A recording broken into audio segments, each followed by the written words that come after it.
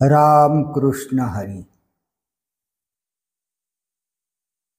मनोनी थोरपण परासांडिजे, येथ व्युत्पत्ती आघवी विसरजे. जै जगा धाकुटे होईजे, तै जवळीक माझी. हा ज्ञानेश्वरीच्या 9व्या अध्यायातील गीतेच्या 25व्या श्लोक आणि त्यावरील ज्ञानेश्वर महाराजांनी केलेली जी टिप्पणी आहे, विश्लेषण आहे, ती ओवी क्रमांक आहे 378. भगवद्गीतेचा 25वा श्लोक 9व्या अध्यायाचा. यांती देवव्रता देवान् पितॄन् यांती पितृव्रताः भूतानि यांती भूतेजा यांती मद्याजिनोपिमाम्. भगवंताला पूजणारे भगवंतापर्यंत जातात, पितरांना पूजणारे पितरापर्यंत जातात, भूतांना पूजणारे विनायक मातृगण इत्यादी भूतगणास प्राप्त होतात व माझी पूजा करणारेही मला प्राप्त होतात, असे भगवान श्रीकृष्ण अर्जुनाला सांगत आहेत. या श्लोकावर ज्ञानेश्वर माऊलींनी अत्यंत सुंदर असे विवेचन केलेले आहे, विश्लेषण केलेले आहे. या श्लोकाचे विश्लेषण करताना वरील ओवी आलेली आहे. मनोनी थोरपण परासांडिजे, येथ उत्पत्ती आघवी विसर्जे. जै जगा धाकुटे होईजे, तव जवळीक माझी. म्हणून अर्जुना, थोरपण एकीकडे ठेवून वर सर्व शास्त्रीय ज्ञानाचा अभिमान विसरून जगात नम्रपणाने वागावे, तेव्हाच माझी प्राप्ती होते. या श्लोकाचे विश्लेषण करताना सुरुवातीला माऊलींनी मन, वाचा व इंद्रिय यांच्या योगाने जे इंद्रादी देवांचे भजन करतात, ते शरीर जाता क्षणीच देवरूप होतात. म्हणजे देवाची जे पूजा करतात ते शरीर जाता क्षणीच देवांची देवरूप होतात. अथवा ज्यांच्या मनाने पितरांची व्रते करण्याचे घेतले आहे, त्यांना मरणोत्तर पितृलोक प्राप्त होतो. किंवा वेताळादी पिशाच व क्षुद्रदेव ही ज्यांची परम दैवते आहेत व ज्यांनी घातक अशा जारण मारण साधण्याकरिता त्यांची उपासना केली आहे, त्यांना देहाचा पडताच म्हणजे मेल्यावर पिशाची योनीची प्राप्ती होते. अशा प्रकारे त्यांच्या संकल्पाप्रमाणे त्यांची कर्मे त्यांना फलित होतात, फळतात. मग जे दृष्टीने मलाच पाहतात, कानाने माझ्या नावाचेच श्रवण करीतात, मनाने माझेच ध्यान करीतात व वाचेने माझेच वर्णन करीतात, सर्वांगाने व सर्व ठिकाणी मलाच नमस्कार करतात, दाने पुण्य वगैरे सर्व काही माझ्याच उद्देशाने करीतात, ज्यांनी माझे स्वरूप यथार्थ कळणाऱ्या शास्त्राचेच अध्ययन केले आहे, जे माझ्याच योगाने अंतर्बाह्य तृप्त झाले आहेत, ज्यांनी आपले आयुष्य माझ्याकडेच खर्च केले आहे, ज्यांना माझ्याशिवाय दुसऱ्या कसल्याही प्राप्तीची इच्छा राहिलेली नाही, आम्ही हरीची कीर्ती वाढविणारे आहो, असा जे अहंकार बाळगतात, माझ्या इच्छेने जे सकाम आहेत, त्यांना जर कशाची इच्छा असली तर ती माझीच, जे माझ्याच प्रेमाने सप्रेम आहेत, जे माझ्या ठिकाणी भुलून गेल्यामुळे लौकिक त्यांना दिसत नाही, मलाच जाणणे हीच ज्यांची शस्त्रे आहेत, आणि ज्यांच्या गुरुमंत्राने माझी प्राप्ती इतरांना होते व अशा प्रकारे जे सर्व व्यवहारात माझ्याशिवाय इतर कोणाचेच भजन करीत नाहीत, मरणाच्या अगोदर मद्रूप होऊन जातात, मग मरणानंतर माझ्याशिवाय दुसरीकडे कसे जातील? म्हणून माझे यजन करणारे मद्रूप होतात, कारण त्यांनी सेवेच्या निमित्ताने आपलेपणा मला अर्पण केला आहे. अर्जुना, माझ्या ठिकाणी आत्मत्व समर्पण केल्याशिवाय दुसऱ्या कोणत्याही उपचाराने लागणार नाही. मज विषयी ज्ञान झाले असा ज्यास गर्व असेल त्यालाच काही समजले नाही. मी कृतार्थ झालो असे जो दाखवितो तोच त्याच्या कृतार्थतेत उणेपणा, मी मुक्त झाले असे जो म्हणतो तो मुक्त झालाच नाही असे समजावे. अथवा हे किरीटी, आम्ही यज्ञ केले, आम्ही धर्म केला किंवा आम्ही तप केले अशी जे घमेंड बाळगतात त्यांना माझ्या प्राप्तीच्या मानाने पाहिले असता काडी की ही योग्यता नसते. हे पहा, ज्ञान बलात वेदाहून कोणी अधिक जाणता आहे काय? किंवा 1000 मुखाच्या शेषापेक्षा बोलणारा कोणी अधिक आहे काय? पण तो शेषही ज्याच्या अंथरुणाखाली दडतो म्हणजे तो शेवटी परमात्म्याचे अंथरुण होतो. वेदही नेती म्हणजे ही वस्तू परमात्मा नव्हे, ही वस्तू परमात्मा नव्हे इतकेच म्हणून स्वस्थ राहतो. तसेच सनकाधिक परमात्म स्वरूप निर्धाराविषयी भांबावून गेले आहेत. हा आपण श्रीमद भगवद्गीतेच्या 9व्या अध्यायातील 25व्या श्लोकावर ज्ञानेश्वर माऊलींनी केलेले विश्लेषण, त्याचा अनुवाद ऐकत आहोत. आता शेषाविषयी जो बोलले आहे, पण तो शेष एवढा, तो 1000 मुखाचा शेष जो बोलणारा आहे, पण तो शेषही ज्याच्या अंथरुणाखाली दडतो म्हणजे तो शेवटी परमात्म्याचे अंथरुण होतो. ही ओवी आपण बघू. पाहे पा जाणिवेचे निबळे, कोणी वेदाहुनी असे आगळे, की शेषाहुनी तोंडाळे बोलके आती, तोही अंथरुणा तळवटी दडे, येरू नेती म्हणून बहुडे, येथ सनकाधिक वेळे पिशे जाहले. ज्ञान बलामध्ये वेदाहून कोणी अधिक जाणता आहे काय? किंवा 1000 मुखाच्या शेषापेक्षा बोलणारा कोणी अधिक आहे काय? पण तो शेषही ज्याच्या अंथरुणाखाली दडतो म्हणजे तो शेवटी परमात्म्याचे अंथरुण होतो.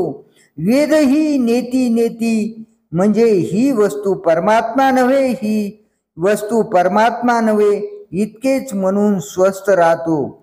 वेद जाणो गेला तो तेथेच मौनावला. तसेच सनकाधिक परमात्म स्वरूप निर्धाराविषयी भांबावून गेले आहेत.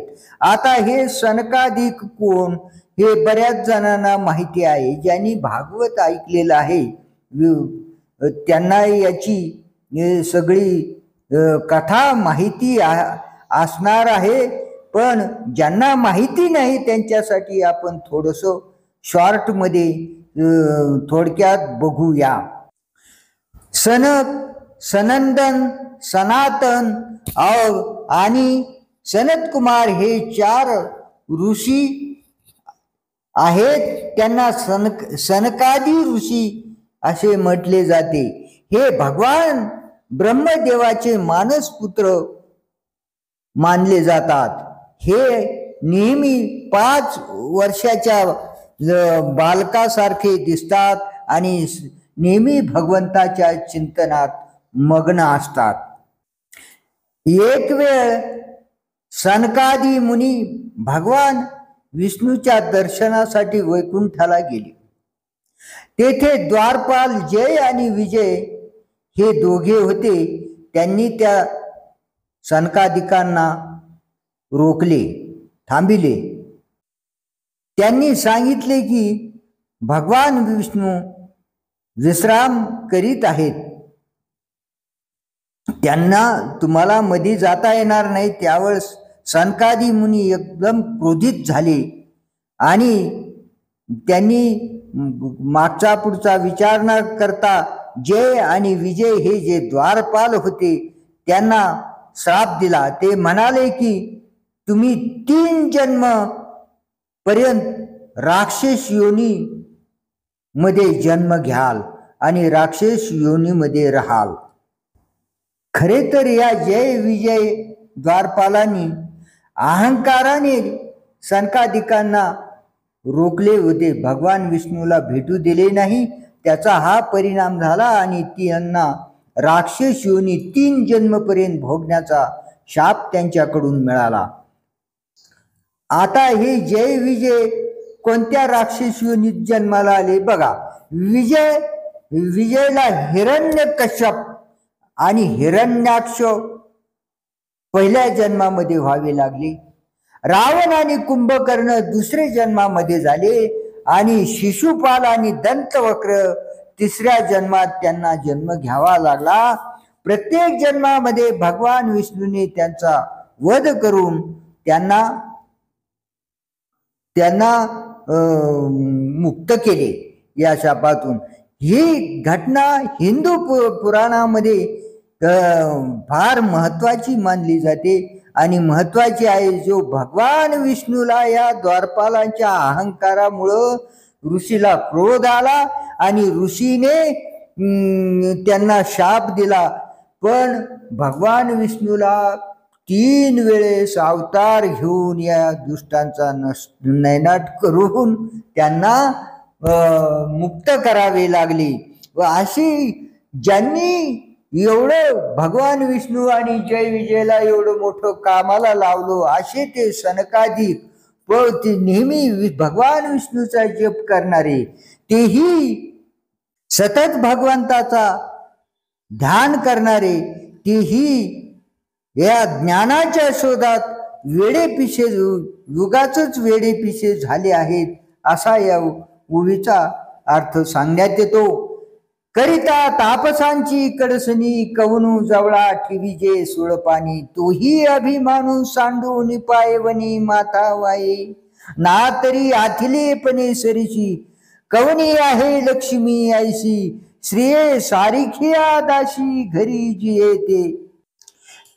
संपन्नपणात लक्ष्मीपेक्षा कोणी अधिक आहे का? तिच्या घरी सिद्धी सारख्या दासी आहेत. त्या दासी आपल्या खेळात जी घरकुले करतात त्याचे नाव जर अमरपुरी जरी ठेवले तर इंद्रादिक इत्यादी जे देव आहेत त्यांच्या त्या घरकुलातील बाहुली होणार नाहीत काय?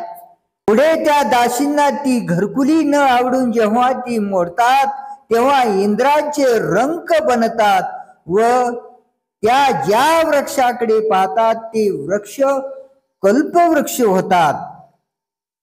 असे तिच्या घरातील दासीचे सामर्थ्य आहे. कोणाच्या? लक्ष्मीच्या. तरी त्या पट्टराणी श्री लक्ष्मीचाही या ठिकाणी प्रतिष्ठा नाही. मग अर्जुना मनोभावाने सेवा करून व सर्व अभिमान टाकून ती पाय धुण्याच्या अधिकारास पात्र झाली.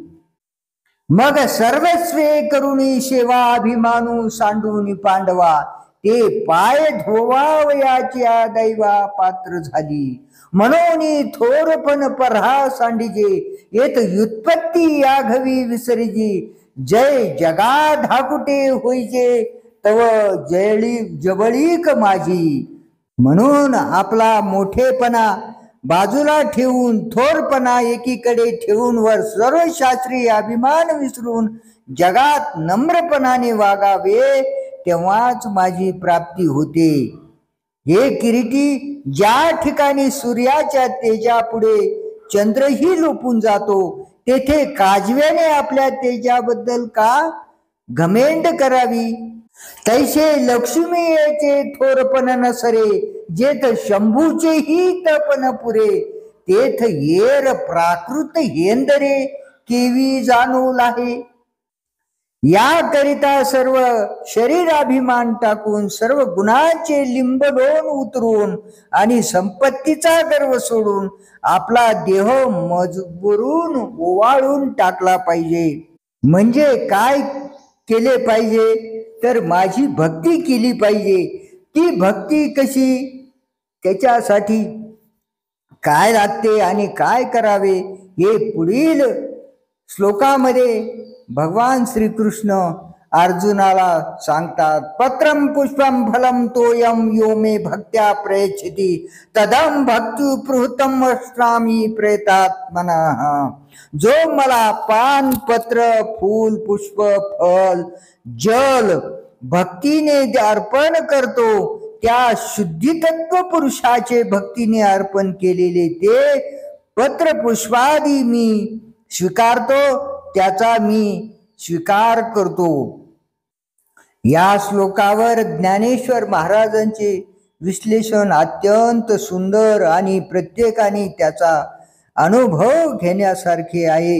नंतर भक्तिभावाने मला अर्पण करण्याच्या निमित्ताने हवे त्या झाडाचे हवे ते फळ भक्ताने माझ्या पुढे केले न केले इतक्यात मी आपण होऊनच ते दोन्ही हात पुढे करून घेतो व त्याचे देठ न तोडता ते आदराने सेवन करतो.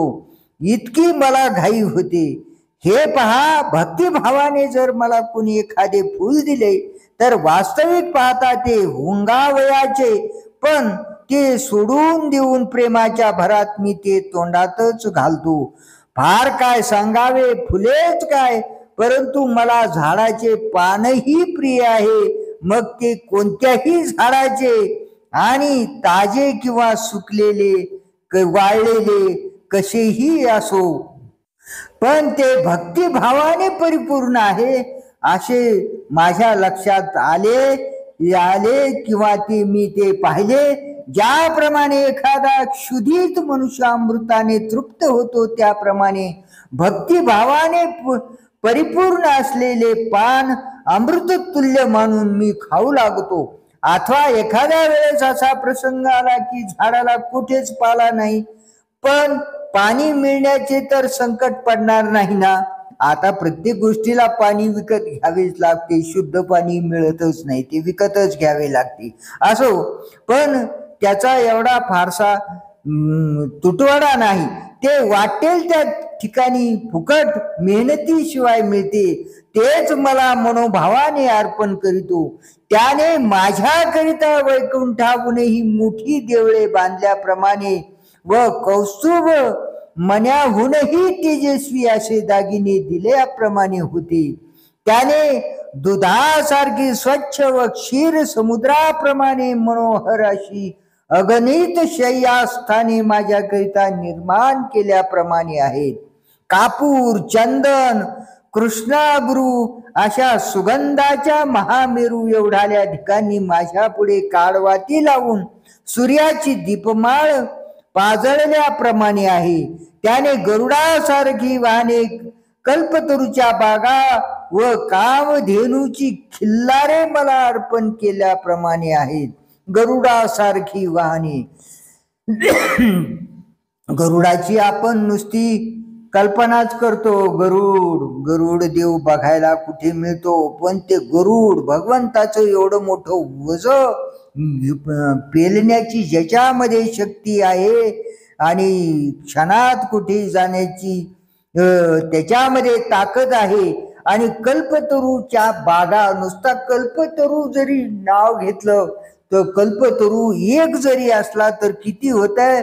आणि कल्पतरूच्या बागा, कामधेनूची खिल्लारे, एक कामधेनू. जर पुराणात त्याच्या कथा पाहिल्या, त्या ऋषीचे कामधेनू गायीसाठी काय काय झालं होतं, तर तशी जी कामधेनू आहे, तर त्या कामधेनूची खिल्लारे मला अर्पण केल्याप्रमाणे आहेत. मला अमृताहूनही गोड अशी पुष्कळ पक्वाने वाढून जो संतोष होतो, तो अशा भक्तियुक्त अंतकरणाने अर्पण केलेल्या पाण्याच्या थेंबापासून होतो.